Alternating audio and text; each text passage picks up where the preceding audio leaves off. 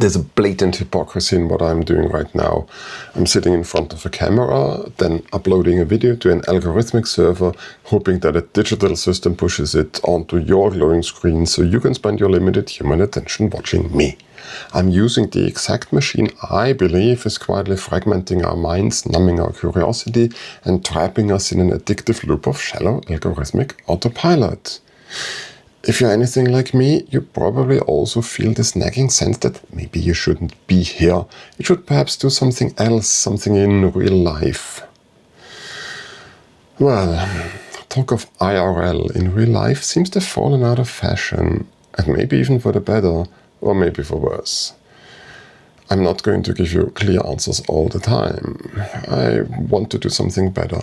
We call it in real life IRL as if the hours we spend looking, staring into these glass rectangles are somehow a look into a separate fictional universe, a looking glass. But it isn't, at least in this sense. We spend the vast majority of our waking hours here. We get our entertainment here. We keep in touch with friends and family. We shop, we discuss topics, do our own research, or tell others just how wrong they are, not doing enough of their own research. We seek our answers. The online world feels all-consuming and as real as anything. Increasingly, it seems to feel more real, more interesting, more engaging than anything IRL. Yet, it lacks physical reality. We are biological beings, defined by cellular energy, by the need for oxygen, by localized friction, trapped nowadays in a synthetic matrix that is actively eroding our capacity to function as deep present human beings. So why am I here? Why add to the digital slop? Because of another paradox. The internet may be a cognitive prison, but it is also the best town square we now have.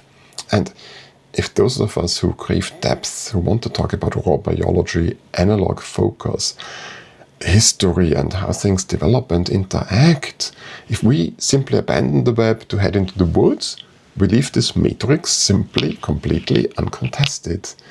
The only way to make the web better, not a dead internet, but an alive one, is to inject deliberate high-friction truth back into it. I am using the machine to help you break free from the machine, or at least that is my intention with that challenge I'm establishing here. This channel will become a tactical field guide for digital natives who want to reclaim their physical autonomy and actually the psychological autonomy. We aren't going to just sit here and complain about the algorithm. We're going to build a concrete, practical toolkit for active curiosity. I call it micro-exploration. Over the next few weeks, we're going to look at the foundations of this approach. We will investigate the dopamine traps destroying our attention, critique the corporate hype of the longevity spreadsheet, and learn how to read our cities and our own biological ecosystems, the ones we are, like they are ancient, interesting texts that can still teach us a lot. If you're tired of sleepwalking through your own life, then hit subscribe. Let's stop just analyzing the map, let's start exploring our own corner of it.